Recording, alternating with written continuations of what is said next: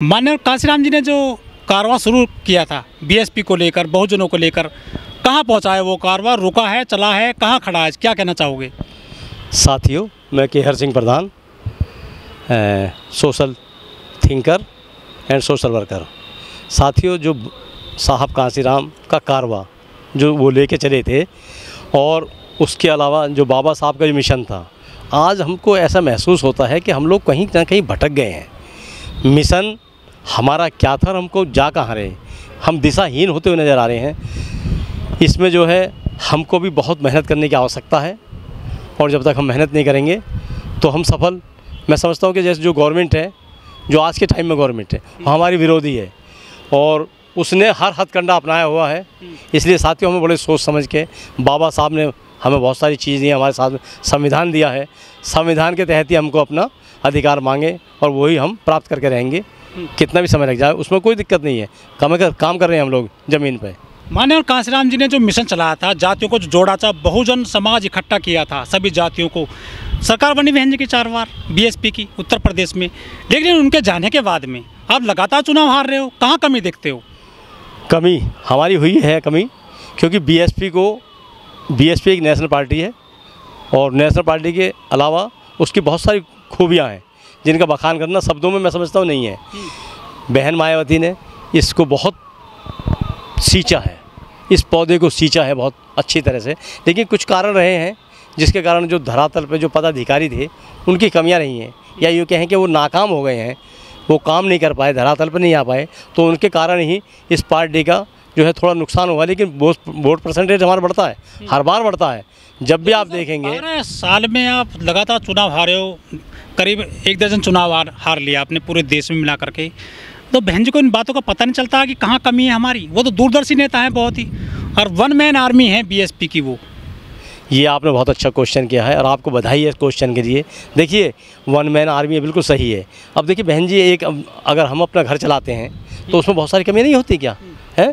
तो वही उस घर को तोड़ने में जो कुछ हमारे जो नक्कारा जो लोग रहे हैं, जिनको कह सकते हैं कि इन्होंने काम तो किया नहीं और पार्टी से भाग गए। हर किसी को सीएम की या पीएम की कुर्सी चाहिए। अब इतनी कुर्सी तो है नहीं भाई कि हर किसी को कुर्सी मिल जाएगी। कुर्सी तो एक आध आदमी को मिलती है ना। फैक्ट्री बना दी नेता बनाने की, लेकिन उसमें रुकते क्यों नहीं है बीएसपी में नेता? भाई, ये आपकी बात सही है कि ये फैक्ट्री बन गई है, लेकिन कारण तो ये है ना कि जिनको अपना स्वार्थ सिद्ध करना, तो वो कहाँ से रुक पाएगा? हम पार्टी बनने आते हैं, हम आज तक काम कर रहे हैं पार्टी में, नेता ही बनने आते हैं, नेता बने और चल दिए अपने घर को। लेकिन बीएसपी में जो नेता रहे थे अब तक, वो दूसरी पार्टियों डिप्टी सीएम तक बन गए हैं, सांसद बन गए हैं। आपने बहुत नुकसान कर लिया है बीएसपी का अब तक, पार्टी के नेता निकाल करके। नहीं, ऐसा नहीं है। हमारा वोट परसेंटेज बढ़ा है। अभी हरियाणा में देखा ना आपने? सर, कहाँ बढ़ा है? आपकी सीट 0 हो गई लोकसभा में, उत्तर प्रदेश में आप लगभग 0 हैं। आप कहाँ, कितना नुकसान हुआ है आपका? कभी आपकी 20-21 सीटें होती थी लोकसभा में, आज वहाँ आपकी 0 हो गई हैं। अभी आपने देखा नहीं है कि वहाँ कितने लोगों का गठबंधन था? बहन जी कहाँ उस गठबंधन में शामिल थी? तो गठबंधन हमारे लोग भटक गए, वो हमारे लोग भटके और उन्होंने जो चुनाव लड़े तो आपकी 20-21 सीटें आती थी। आपने जो छोटी मोटी 1-2 पार्टी से गठबंधन भी किया, फिर भी आपका जो है वोट बैंक माइनस में जा रहा है, सीटें माइनस में चल जाएंगी ऐसे तो। वो गठबंधन सफल नहीं हुआ। जो छोटे मोटे लोग, जो पार्टी जैसे आप बोल रहे हैं छोटा मोटा गठबंधन, वो गठबंधन जो है वो सफल नहीं हुआ। जो प्रयोग था वो विफल हो गया। लेकिन अभी भी हम हिम्मत नहीं आ रहे हैं, हम आएंगे मैदान में, आ रहे हैं भरपूर ताकत के साथ आए। दुश्मन है वो ये कहते हैं कि जो ज़मीन तैयार करी थी माननीय कांशीराम जी ने, उस पर बहन जी ने राज किया था 4 बार। उनके जाने के बाद में बहन जी जो है समाजवाद, वो बसपा को जो चला नहीं पा रही ठीक से, और न जीत रही हैं वो। नहीं, ये गलत है, ऐसा नहीं है। अभी भी कहीं कुछ वो नहीं है। देखिए, जो कोई शरीर का अंग खराब हो जाता है उसको लगा के रखते हैं क्या? ऑपरेशन करना पड़ता है भाई। तो ऑपरेशन हुए हैं बहुत सारे। ये पार्टी, अगर पार्टी विरोधी या पार्टी की गतिविधि विरोधी में रहेगा तो उसका ऑपरेशन तो होगा, ऑपरेशन करना पड़ेगा, नहीं करना पड़ेगा। आपका वोट बैंक घट रहा है, राष्ट्रीय पार्टी का दर्जा रहेगा, डर नहीं लगता आपको? नहीं, हमारा कहाँ घट रहा है? आप लोग घटा रहे हो, हमारा नहीं घट रहा। अभी आप देखिए निकाल के आंकड़े, अभी हम आगे हैं।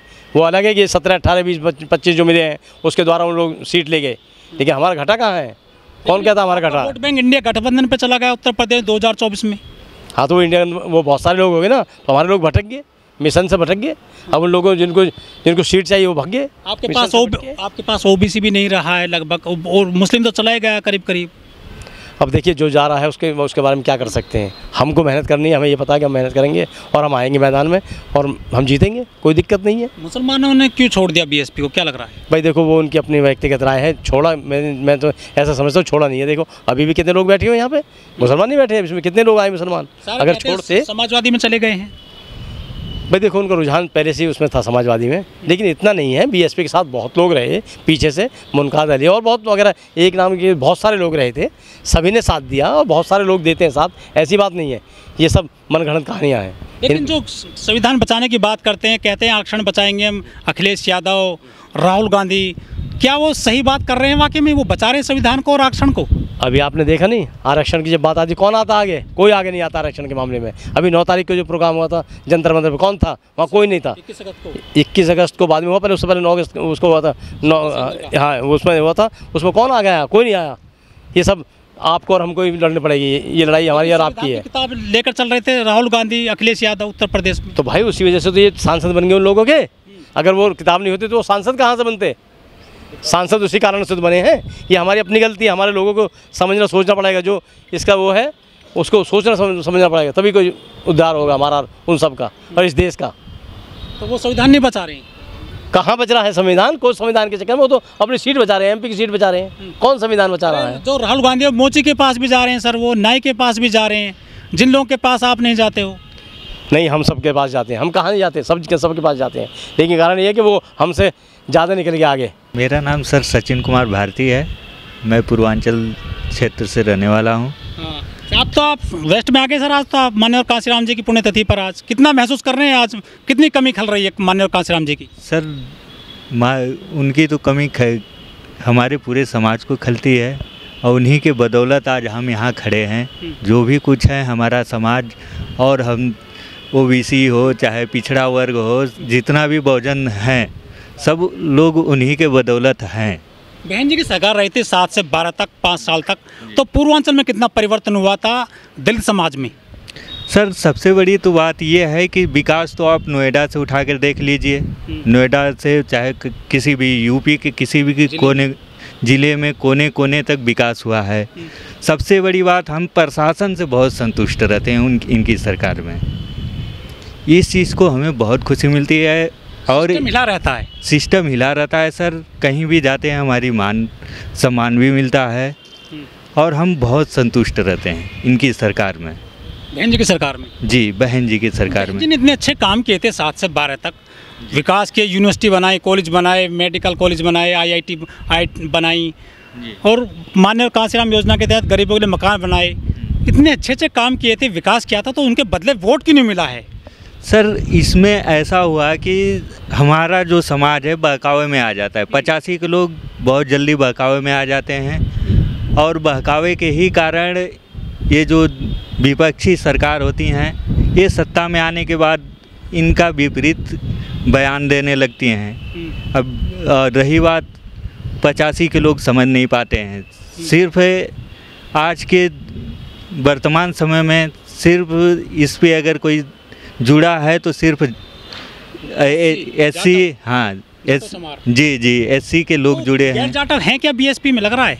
जी आज भी खटीक वगैरह वो लोग भी हैं, कर धोबी जो सर। अरे वो तो हिंदू बने पड़े हैं आज के ज़माने में। हिंदू तो बने पड़े हैं, लेकिन जो वास्तविकता में पढ़ा लिखा है वो बीएसपी छोड़ के कहीं नहीं जाएगा। पढ़े लिखे तो चले गए इंडिया गठबंधन में, कह रहे थे संविधान बचाना है, आरक्षण बचाना है, तो इंडिया गठबंधन में वोट कर दिया वो इस बार पढ़ा लिखा लोग यूपी का। हाँ तो सर वही तो मैं बता रहा हूँ कि हमारा 85 समाज जो है बहकावे में बहुत जल्दी आ जाता है।